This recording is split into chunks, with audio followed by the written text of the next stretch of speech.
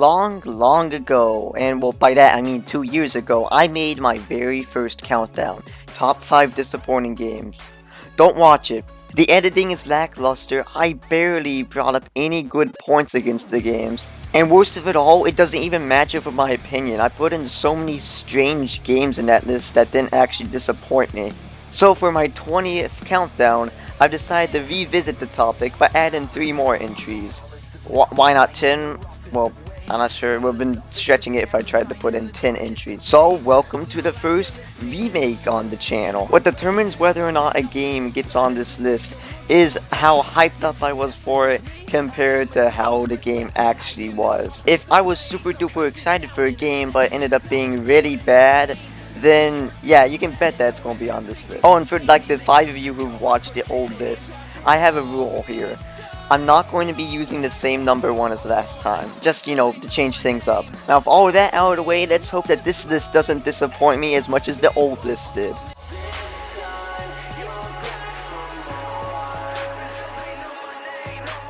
Rayman Legends is a perfect candidate for this list because it informs you that a game doesn't necessarily have to be bad to be disappointing in my eyes. No, instead, I just find it a little teensy bit overrated.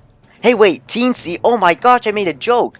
It's praised as being one of the best platformers ever made when I really don't see that. The only forms of brilliance I see is in some parts of the Mariachi world, as well as the world after that, 20,000 Lumps Under the Sea. That's a really good change of pace. However, other than those 2 worlds, everything else just feels kind of bland in parts. Okay, it's not Chibi Robo Ziplash bland, but I still am not a very big fan of most of these levels. Now the reason why this is at the bottom of the list is I still like the game and it has a lot of good aspects in it. As I said earlier, those 2 worlds are really good, the controls are amazing, and while the music levels may be really short, you gotta admit, they're an awesome idea and they're all really fun. Mariachi Madness has gotta be my favorite. But other than that, I just thought that the game was alright.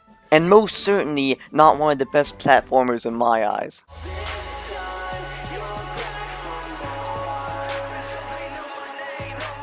I'm beginning to wonder if I actually like platformers, cause a certain game that came out back in January isn't very good. Just like Rayman Legends, it's been praised by practically everybody in the entire universe, but unlike Rayman Legends, I actually really hate this game. Celeste is really overrated. I'll keep my hatred of that because I think that I need to hold back anger here. Otherwise, I'd sound really stupid. With this game, I came in with a very modest attitude, and I came out being absolutely angry by some of the design choices here. I know exactly what you're going to say, and no, it's not because the game is difficult. Actually, we'll talk about the game's difficulty in just a moment. The reason why the game failed to hook me was because the beginning is bad. The first few levels just rely on one gimmick, and I can understand someone liking a level focusing on one gimmick and seeing as that gimmick builds up until it becomes a super duper hard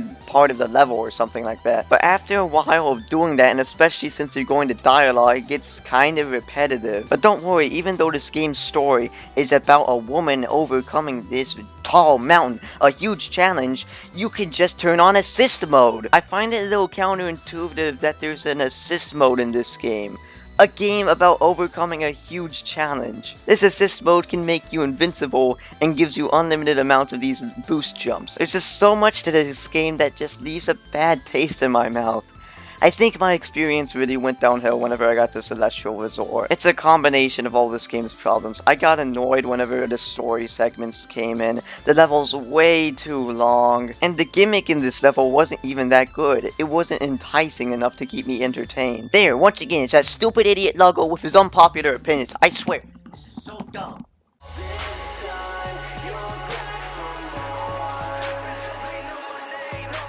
So here's a game that was actually on the original version of the list, Mario and Luigi Paper Jam. And to be honest, I think that's actually one part of that video I do like.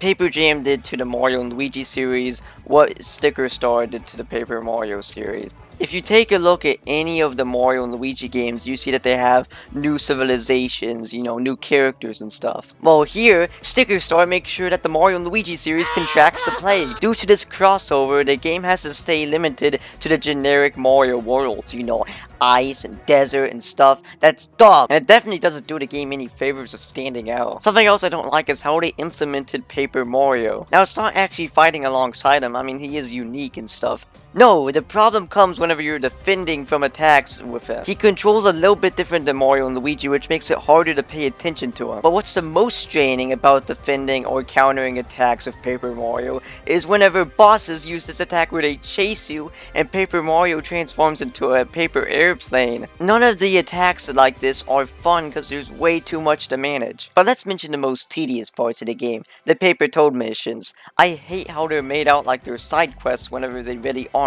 If I'm not mistaken, there's only like 2 or 3 missions that are actually optional. Sure, some of the mini games are fun, but most of them just get in the way. The idea of crossing over in Paper Mario and Mario and Luigi, the 2 Mario spin-off RPGs, sounded, really cool. But the execution was rather messy, and on top of all that, you got a nice bland world to explore.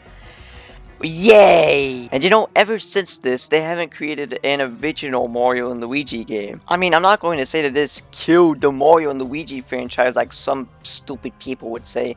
No, I just say that Mario and Luigi just needs a visit to the doctor, and then that series will be all patched up. Besides, it certainly helped out Paper Mario.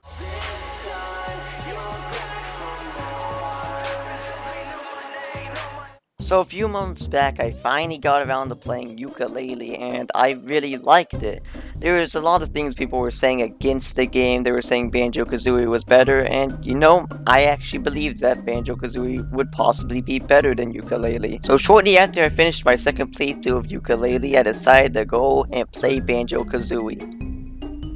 You know exactly what happened. Oh, I'm not going to be making any friends with this. Which is a real shame because I don't have any friends. Where do I begin? I don't like the worlds at all in Banjo-Kazooie. There's always something annoying about each of them. Whether it's the snowman or the over-reliance on flying in Freeze-Easy Peak, or how boring Treasure Trove Cove is, it makes for a pretty tedious experience. And there's some other stuff contributing to that. From what I've seen, the game is really strict on the amount of stuff you need to collect. To get to the final boss, you need to get a certain number of jiggies, basically what serve as the stars or pages of this game, whatever you want to call them. There are about 100 in the game, and if I am not mistaken, you need 94. So you can only skip out on 6 jiggies? That's absolutely ridiculous. I can get 8 to 9 jiggies per level, and I probably still won't have enough to complete the game. Oh, what about the unnecessary note doors? These block you off some sections of the hub world, and there's a number on each of them. In each world, there are 100 notes. Depending on how many notes you collect before you leave, is the number of your note high score for that world. Whenever you approach the door, all of your high scores are put together, and if that number exceeds that number on the door, then you get to proceed. If you don't, then go back to some of the worlds. Oh, but guess what? The notes reset. So if you got 99 out of the 100 notes and then you left the world, well, too bad. You have to collect those 99 notes all over again before you can get that last one that you missed. I mean, it's not like the notes are placed in incredibly hard places. Sometimes they're just put out in straight lines, but it's not fun. I love how people are talking about how the krills in Yooka-Laylee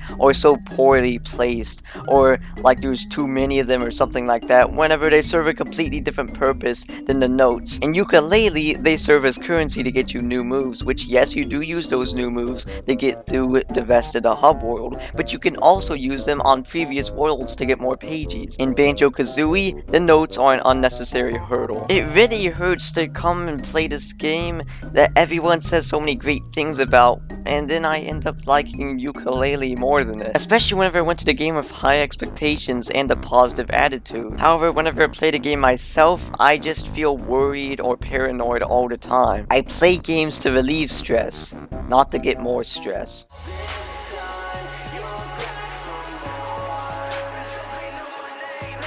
Quite possibly the best thing about video game sequels is how they improve upon the original game. Heck, because of that and how the game's possibly structured, the game usually ends up being better than the original. And if you want a good example on how not to do a sequel, take a look at Yokai Watch 2. I'll say it right off the bat, the original Yokai Watch is a very flawed game. It has problems such as obtaining yokai is tedious due to luck, and there wasn't a whole lot of content after you beat the game. However, it felt like level 5 was being all evil by not improving on anything with this sequel. In fact, in some cases they made the problems worse. First off, obtaining yokai. In the original game, whenever you battle a yokai, you have to chuck some food at it and hope that it joins your party after you beat it. This sounds alright, but it truly isn't. I once spent a whole hour trying to get one yokai. So how's the sequel help this?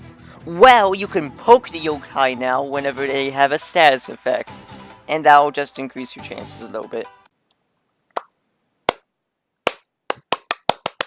No, level 5, you can't be evil like that. You have to actually fix the problem. What you essentially did is put a band-aid on a large wound without pouring alcohol on it to clean it. Whoopsies. Looks like we're gonna have to cut off your leg since it's infected. Oh, don't worry, we have a mechanical leg for you. That's cool, right? It feels like this game overloads you with content, or bleh, content. By that I mean just a bunch of random yokai you can get in the post-game. Okay, fine, that's a bit unfair. There are also some pretty good side quests, I will admit. But I'd like to do that side content a whole lot more if you fixed the problems with the first game.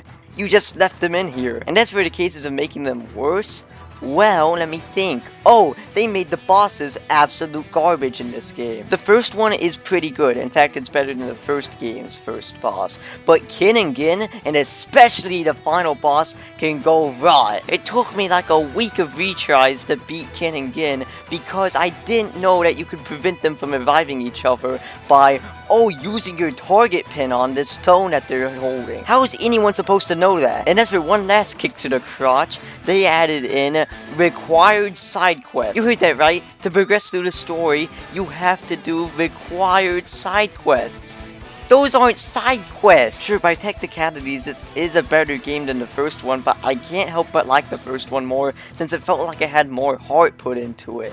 And also, I can forgive some of the mistakes that they made. Here, I can't forgive them. This is a sequel after all. You're supposed to fix some of the mistakes that the first game had, and this game did not fulfill that job.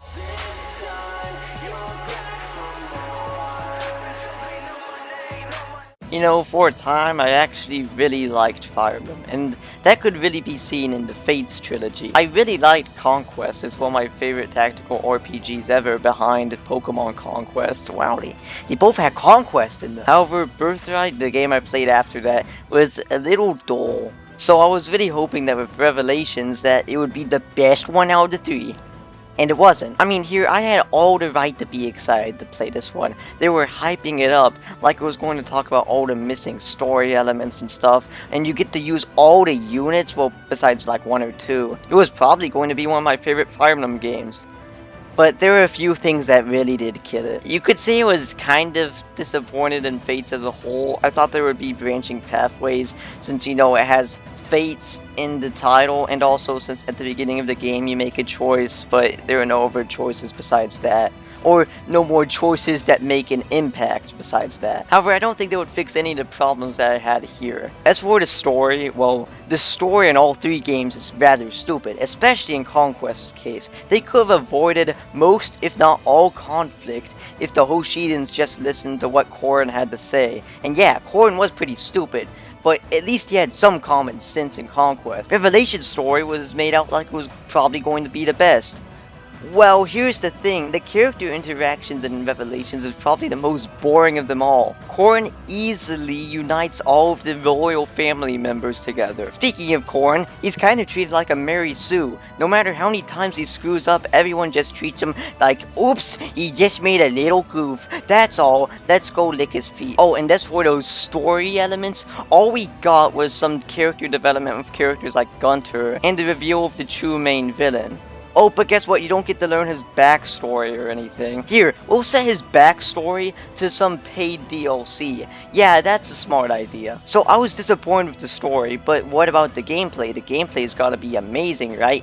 No, it isn't. They made each level as gimmicky as they could, and the gimmicks aren't bad. The level design isn't bad, but a lot of it involves waiting, and it gets really tedious near the end. The maps are incredibly long, and it doesn't help whenever you have to work around the gimmicks by wasting some of your turn. But what about the units? The units could have been the saving grace.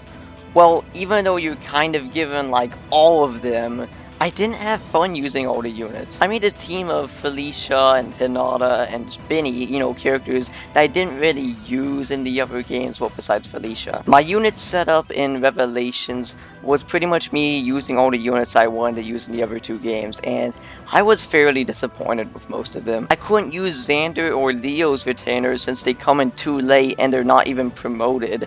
And as for characters like Hinata, he sucked. He couldn't even do any damage whenever he was a promoted unit. In another example, I tried using Charlotte and sure she had like a 100% crit chance, but none of that matters whenever you can't hit anything. So despite the fact that this game was supposed to deliver on all fronts, it delivered on practically nothing. The story was about as bad as the other two, and it didn't even have some of the impactful moments that the other two stories did. The level designs were dull and tedious and involved way too much waiting, and I didn't have fun using the units. So I think that this game, with a combination of, yeah, that, I think that's what killed my interest in Fire Emblem in general.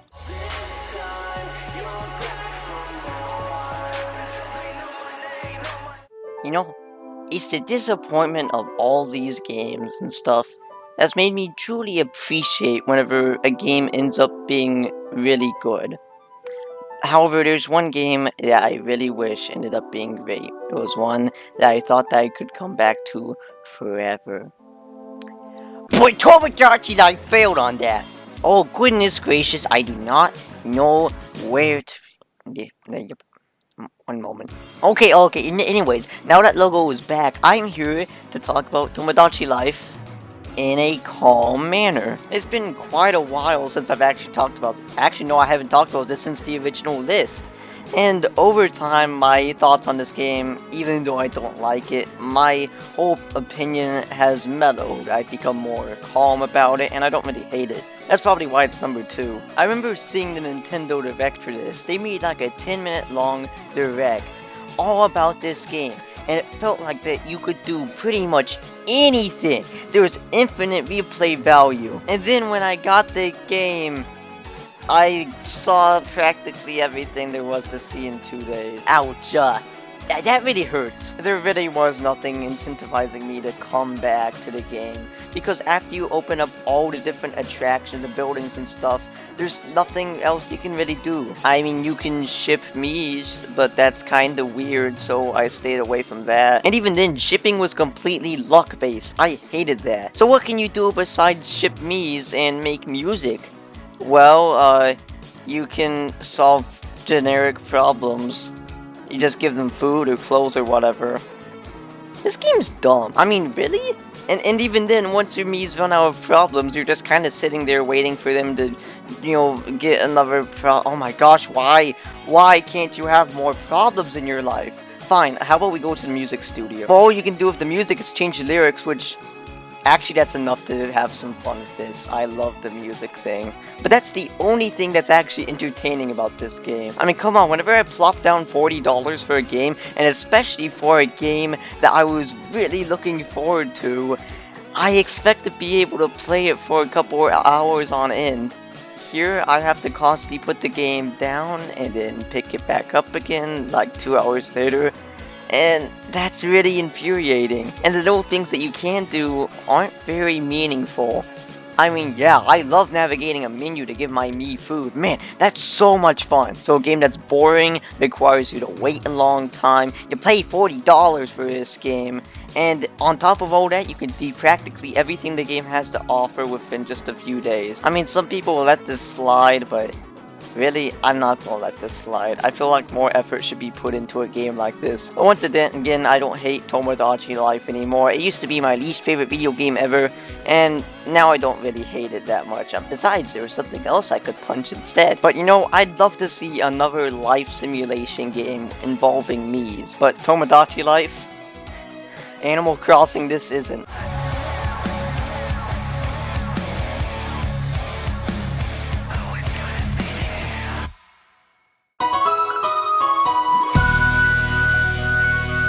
Bill! Bill! Bill! Bill!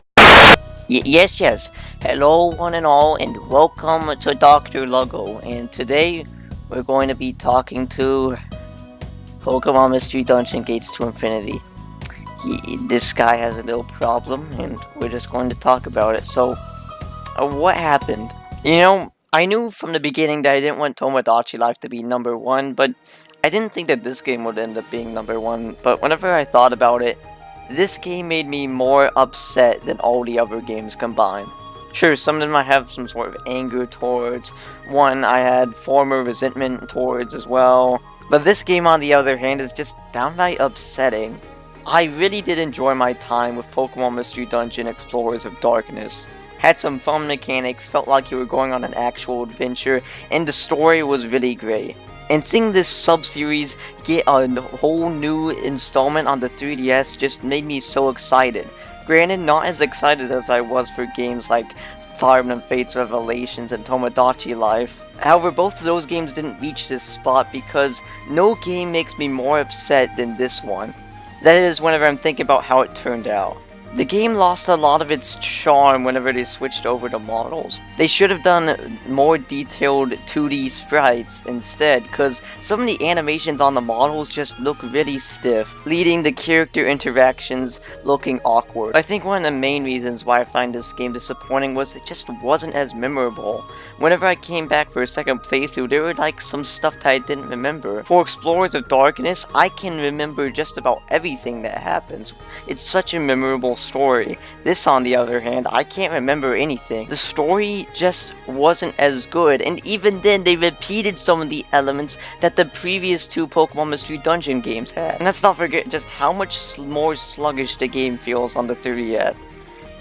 This game just feels like a downgrade in every way. But you want to hear why it really did make number one? Because of my second playthrough. On my first playthrough, I was disappointed. It would have made a good spot on this list. It probably wouldn't have been number one, but my second playthrough really did put the nail in the coffin. All the stuff I said back there, I agree with it, and that's all I would have said if I only did my first playthrough. But coming back for my second playthrough kind of hurt. I saw this guy who reviewed all the Pokemon Mystery Dungeon games besides Super Mystery Dungeon, and he defended this game. He said that he still liked the characters and the story and stuff. And watching that review, it really made me want to give this game a second chance. And I did. I started up a whole new playthrough, and I realized why I didn't like this game. Because it's tedious. They introduced this new paradise feature within the game, where you can build different settlements to help you on your adventures by buying items from them, or growing seeds and berries. But there's a big problem with this. The beginning of the game puts way too much emphasis on this paradise. You have to get materials and money to even build stuff for it, but that takes time. They give you way too much time to do optional quests and stuff, instead of letting you move on with the main story. I was absolutely baffled how much time was spent just building up the paradise. This got super repetitive. Of course, I wanted to build up my paradise at first, but not for 8 in-game days. And the most baffling thing about this all is that there's a companion mode where you can use your other characters that you've recruited to build on the paradise. Even whenever your characters are elsewhere, you know, you're in another point in the story, you're in a dungeon that's far away from the paradise, you can go to companion mode, and you can continue building up your paradise if that's the thing you want to do. So why they made it where there's so many in-game days without any sort of story progression is beyond me. That's why this game makes me more upset than the others. I came back to give it a second chance, and that only re-established why I didn't like this game. I'm Luigi Magic NX, and you know, one positive I can say here is that afterwards, the Pokemon Mystery Dungeon series did become a bit better with Super Mystery Dungeon. So that's a good upside. Bye everybody.